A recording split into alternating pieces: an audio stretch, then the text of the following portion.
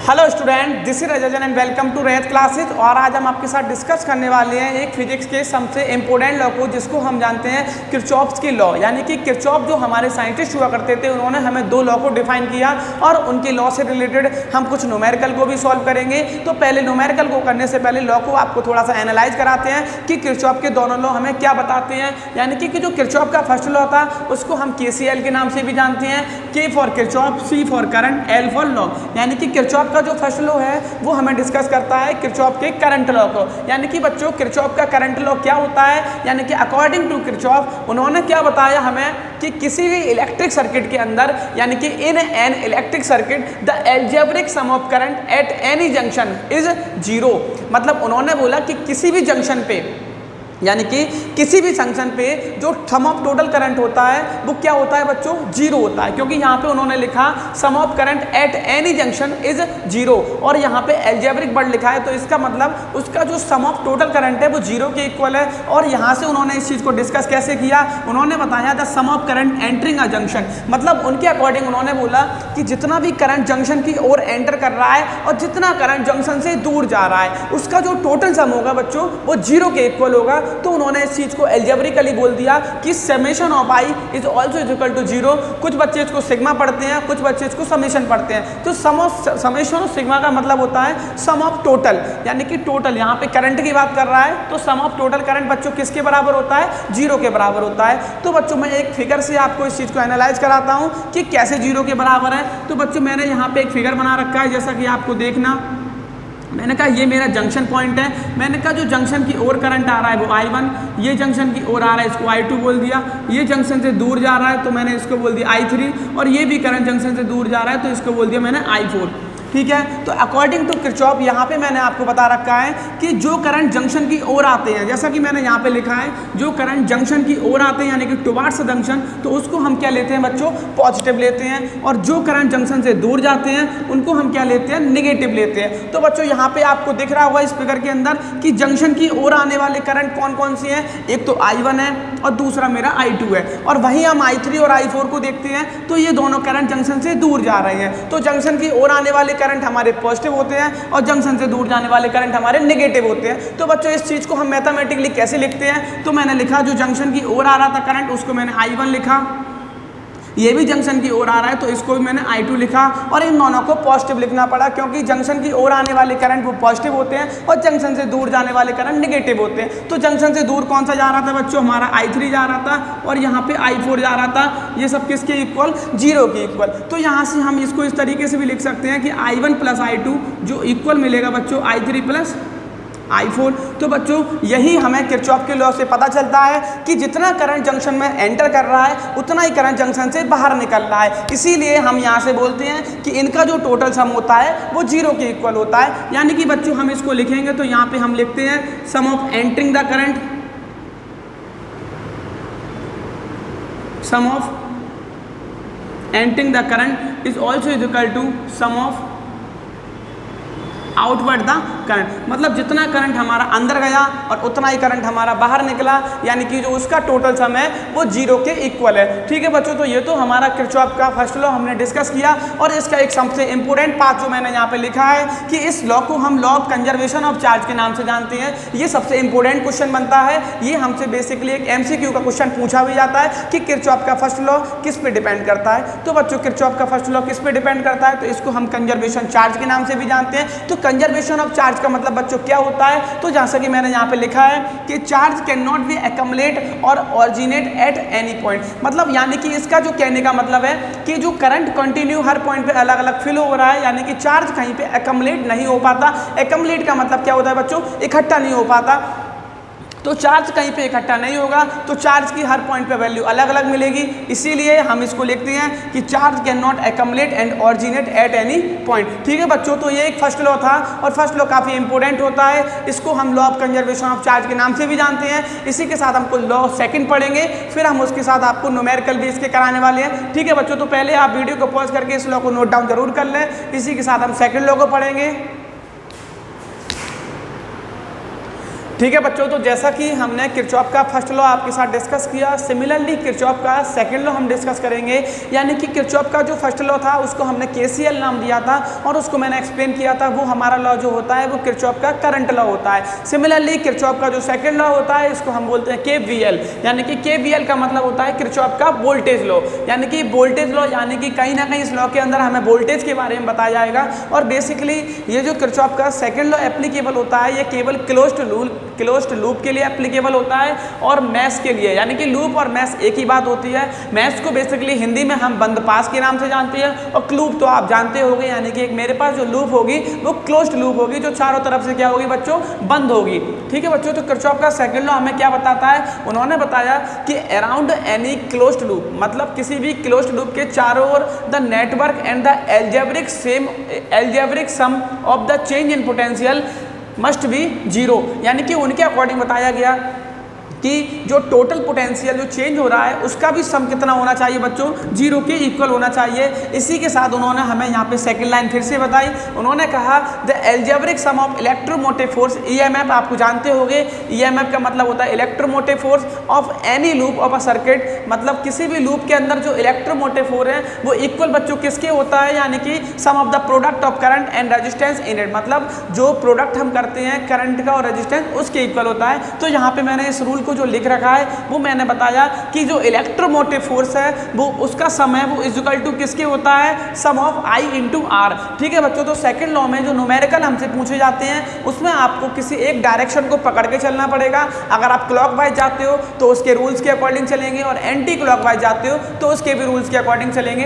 तो बच्चों इसके जो दो रूल्स होते हैं वो यहाँ पे मैंने डिस्कस कर रखे हैं और इसी के साथ मैं आपको यूज करके भी दिखाने वाला हूँ। तो बच्चों जैसा कि हमें बताया गया है कि अगर हम करंट की डायरेक्शन में जा रहे हैं, यानी कि मैंने डायरेक्शन को पकड़ लिया है कि हम करंट की डायरेक्शन में जा रहे हैं, तो आई और आर का जो प्रोडक्ट होगा वो हमें पॉजिटिव लेना पड़ेगा। और सेल में क्या लेते हैं, अगर माइनस से प्लस जा रहे हैं तो इलेक्ट्रोमोटिव फोर्स यानी कि सेल हम पॉजिटिव लेते हैं। अगर सिमिलरली प्लस से माइनस जाते हैं तो सेल हम नेगेटिव लेते हैं। ठीक है बच्चों, तो सेकंड रूल को आप नोट डाउन करोगे।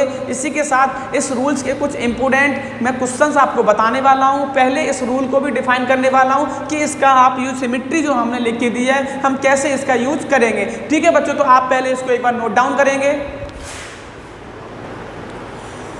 ठीक है बच्चों, तो जैसा कि मैंने आपके सामने एक क्वेश्चन को नोट डाउन कर रखा है और मैंने कहा कि इसमें मुझे किरचॉफ के सेकंड लॉ का यूज़ करना है और हमें दो इक्वेशंस बना के देनी है।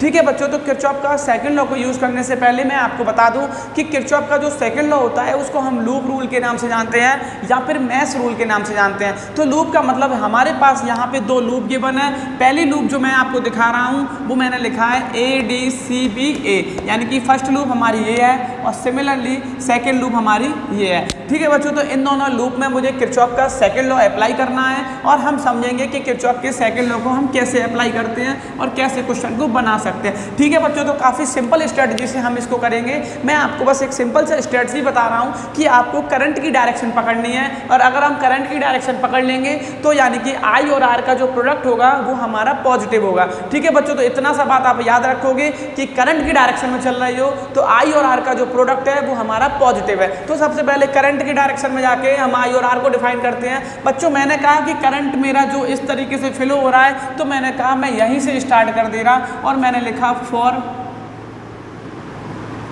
क्लोज्ड लूप और लूप का जो मैंने नाम लिखा बच्चों तो मैंने लिखा सी के बाद डी के बाद ए और ए के बाद बी और अगेन वापस आ गए हम सी पे। तो ये हमारी एक क्लोज्ड लूप का मैंने नाम लिखा है यहाँ पे। ठीक है बच्चों, अब मैंने ये नाम लिखा है तो इसके अकॉर्डिंग हम लॉ को अप्लाई करते हैं। जैसा कि आपने आपको बताया कि करंट की डायरेक्शन में जाते हैं तो आई और आर का जो प्रोडक्ट होता है वो मेरा पॉजिटिव होता है। तो जैसा कि हम करंट की डायरेक्शन में जा रहे हैं यानी कि I1 लिखा है और इसके साथ जो प्रोडक्ट हम लिखेंगे वो R1 लिखेंगे। तो मैंने लिखा I1 इंटू R1 यानी कि मैं करंट की डायरेक्शन में गया। लेकिन बच्चों मैंने जब मैं सेकेंड फ्लो में आया यहाँ पे जब मैंने इसको देखा AB को तो ए भी मुझे पता चला कि हम तो करंट की डायरेक्शन में चल रहे थे, लेकिन करंट हमारा वाइस वर्सा यानी कि रिवर्स फ्लो हो रहा है, मतलब हम जाना चाहते थे इधर लेकिन करंट मेरा इधर फ्लो हो रहा है। तो मैंने आपको बता रखा है कि करंट की डायरेक्शन में पॉजिटिव, तो ये करंट की अपोजिट डायरेक्शन में हमें चलना पड़ रहा है, तो यानी कि हम इसको क्या लिखेंगे, नेगेटिव और I2 के साथ प्रोडक्ट किसका लेंगे, R2 का। ठीक है बच्चों, तो बीच में आप इक्वल का साइन लगा दोगे। अब इक्वल का साइन लगाने के बाद अब मैं बात करता हूँ सेल की। तो बच्चों हम सी से चले थे, तो सी से जब हम चले थे तो हमने देखा था कि सेल का पहला पॉइंट हमें क्या मिला, नेगेटिव टर्मिनल मिला, फिर हमें पॉजिटिव मिला। तो यानी कि सेल में हम कहाँ जा रहे हैं, नेगेटिव से पॉजिटिव, यानी कि नेगेटिव से पॉजिटिव जाते हैं। तो बच्चों मैंने आपको क्या बता रखा है, यानी कि ई की वैल्यू जो हमें कैसी लेनी है, पॉजिटिव लेनी है। ठीक है बच्चों, फिर आगे बढ़ते हैं तो फिर मैंने देखा कि ए से बी में जा रहे थे, तो फिर से हमें सेल में पॉजिटिव से नेगेटिव टर्मिनल मिला। अगर सेल में पॉजिटिव से नेगेटिव टर्मिनल मिला तो इलेक्ट्रोमोटिव फोर्स जो ई की वैल्यू लेनी पड़ेगी वो बच्चों हमें नेगेटिव लेनी पड़ेगी, यानी कि जो E2 की वैल्यू आने वाली है वो हमारे पास नेगेटिव आने वाली है। इसको बच्चों मैंने इक्वेशन नंबर फर्स्ट बोल दिया, क्योंकि यहाँ पे मेरे पास अननोन वेरिएबल है, इनको हम सॉल्व नहीं कर सकते। सिमिलरली हम सेकेंड लूप में यूज करेंगे।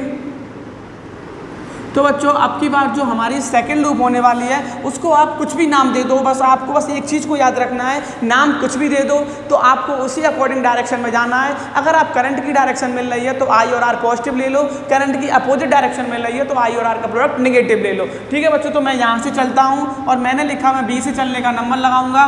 मैं बी से गया ए से गया ई से गया एफ और एफ से वापस लौट के आ गया बी पे। तो बच्चों मैंने देखा मैं करंट की डायरेक्शन में चलने के लिए रेडी हूँ, यानी कि हमें मिला I2 और I2 के साथ R2।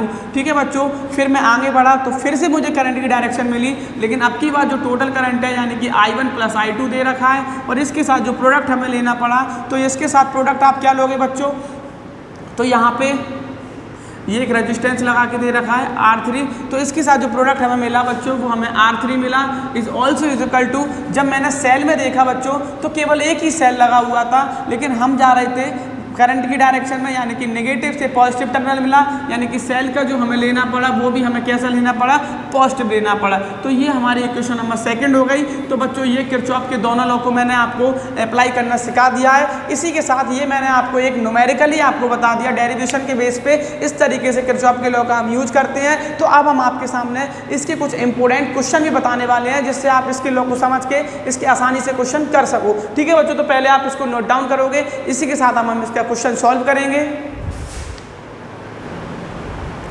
ठीक है बच्चों, तो जैसा कि हम किरचॉफ के दो रूल को पढ़ चुके हैं, इसी के साथ हम आप इसके क्वेश्चंस को सॉल्व करने वाले हैं कि किरचॉफ के दोनों लॉ को अप्लाई करके हम किसी भी क्लोज्ड लूप के अंदर I1, I2 और I3 तीन अननोन करंट की वैल्यू को हम कैसे आइडेंटिफाई कर सकते हैं। ठीक है बच्चों, तो सबसे पहले आपको क्या पकड़ना है, यहाँ पे इस क्लोज्ड लूप को पकड़ना है, यानी कि यहाँ पे हमें इस फिगर में देखना है कि मेरे पास कितने लूप्स हैं, उन लूप्स में मैं किरचॉफ का लॉ कैसे अप्लाई कर सकता हूँ। ठीक है बच्चों, तो मैंने आपको दिखाया कि इस वाले फिगर में मेरे पास दो क्लोज्ड लूप है। जो पहली लूप है उसको हम लिखेंगे PSRP, यानी कि सेकंड लूप है उसको हम लिखेंगे PQRP, यानी कि आप नाम किसी अकॉर्डिंग लिख सकते हो, लेकिन बस आपको डायरेक्शन को पकड़ के चलना है और आप क्वेश्चन को आसानी से बना सकते हो। ठीक है बच्चों, तो सबसे पहले मैंने कहा कि मैं इस फिगर के अंदर किरचॉफ के फर्स्ट लॉ को अप्लाई करना चाहता हूँ, क्योंकि तीन अननोन वेरिएबल हैं, तो यानी कि नंबर ऑफ इक्वेशन में हमें तीन बनानी पड़ेंगे, यानी कि किरचॉफ के हमें दोनों लॉ को यूज करना पड़ेगा। ठीक है बच्चों, तो यहाँ पे सबसे पहले मैं आपको फर्स्ट लॉ का यूज करना सिखाता हूं। जैसा कि मैंने कहा P मेरा एक जंक्शन पॉइंट है, यानी कि अगर P जंक्शन पॉइंट है तो P पे आपको एनालाइज हो रखा होगा कि I1 P की तरफ आ रहा है, I2 भी P की तरफ आ रहा है, लेकिन I3 P से दूर जा रहा है। तो किरचॉफ का फर्स्ट लॉ बच्चों क्या कहता है कि जितने भी करंट जंक्शन की ओर आ रहे हैं वो सारे पॉजिटिव, और जितने भी करंट जंक्शन से दूर जा रहे हैं वो सारे निगेटिव। तो यहाँ पे बच्चों मैं एक इक्वेशन आपके सामने लिखने वाला हूँ। मैंने कहा जो जंक्शन की ओर आया वो I1, ये जंक्शन की ओर आ रहा है इसको लिखा I2, लेकिन जो I3 हो जाएगा वो नेगेटिव हो जाएगा और सम ऑफ अलजेब्रिक सम क्या होता है, 0 के इक्वल होता है। तो बच्चों यहाँ से मुझे एक इक्वेशन मिली कि I1 प्लस I2 वो किसके इक्वल मिलेगा बच्चों, I3 के इक्वल मिलेगा। तो सबसे पहले किरचॉफ का फर्स्ट लॉ यूज किया और मैंने आपके सामने एक इक्वेशन को आइडेंटिफाई किया है। इसी के साथ बच्चों हम सेकंड लॉ को यूज करेंगे, और सेकंड लॉ को यूज करेंगे मैंने लिखा फॉर क्लोज्ड लूप।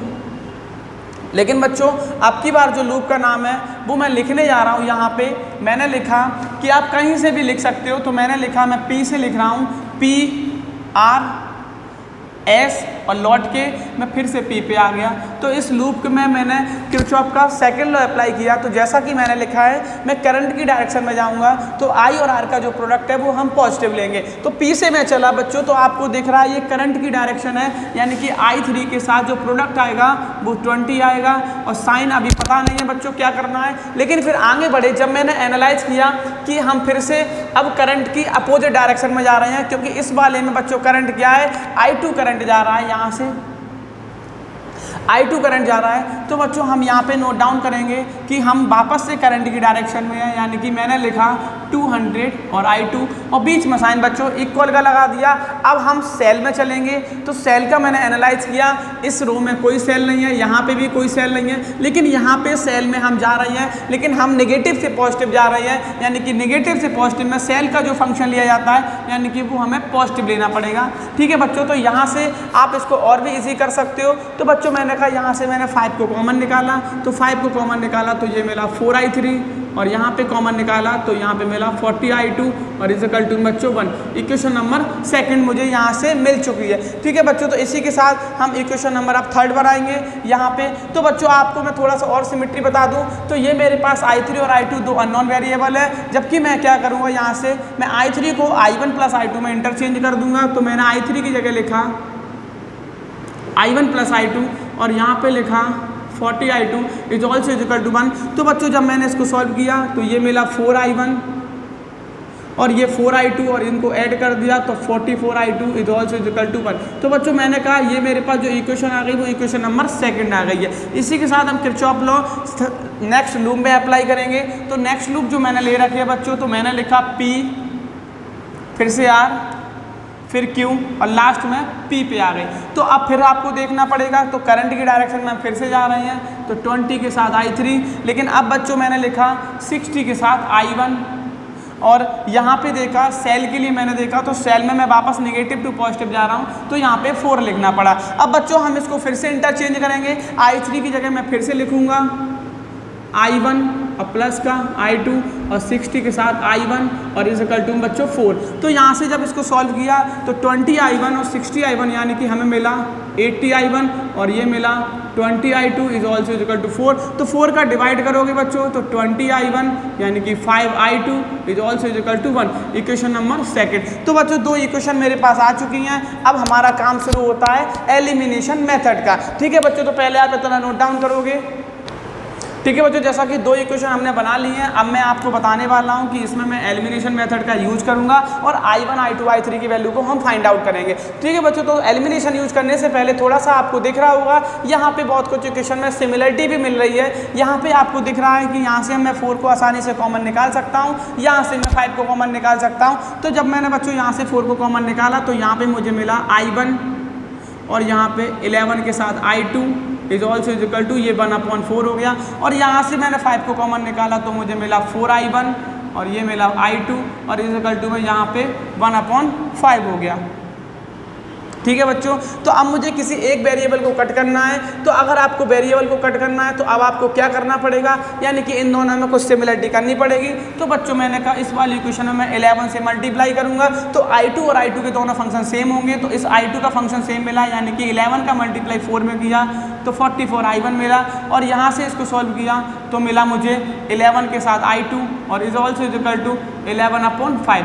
ठीक है बच्चों, तो यहाँ पे साइन को इंटरचेंज करेंगे, सब्ट्रैक्शन करके इसको कैंसिल किया तो जो मेरे पास फंक्शन मिलने वाला है तो यहाँ पे मिला मुझे 44I1 है माइनस का और प्लस का I1 है, तो इसको सॉल्व किया तो मिला 43I1 is also equal to. जब बच्चों इसको सॉल्व करेंगे तो यहाँ पे मैं आपको बता दूँ, यहाँ पे इसको सॉल्व करेंगे तो 1/4 और माइनस का 11/5, तो इसका जो LCM आएगा वो 20 आएगा, यानी कि 4 5 तो 20 और 5 का 4 टाइम 20 यानी कि ये मिला मुझे 44। तो यहाँ पे जब इसको सॉल्व किया तो माइनस का 43I1 is also equal to, जब आपने इसको सॉल्व किया बच्चों तो यहाँ पे हमें मिलेगा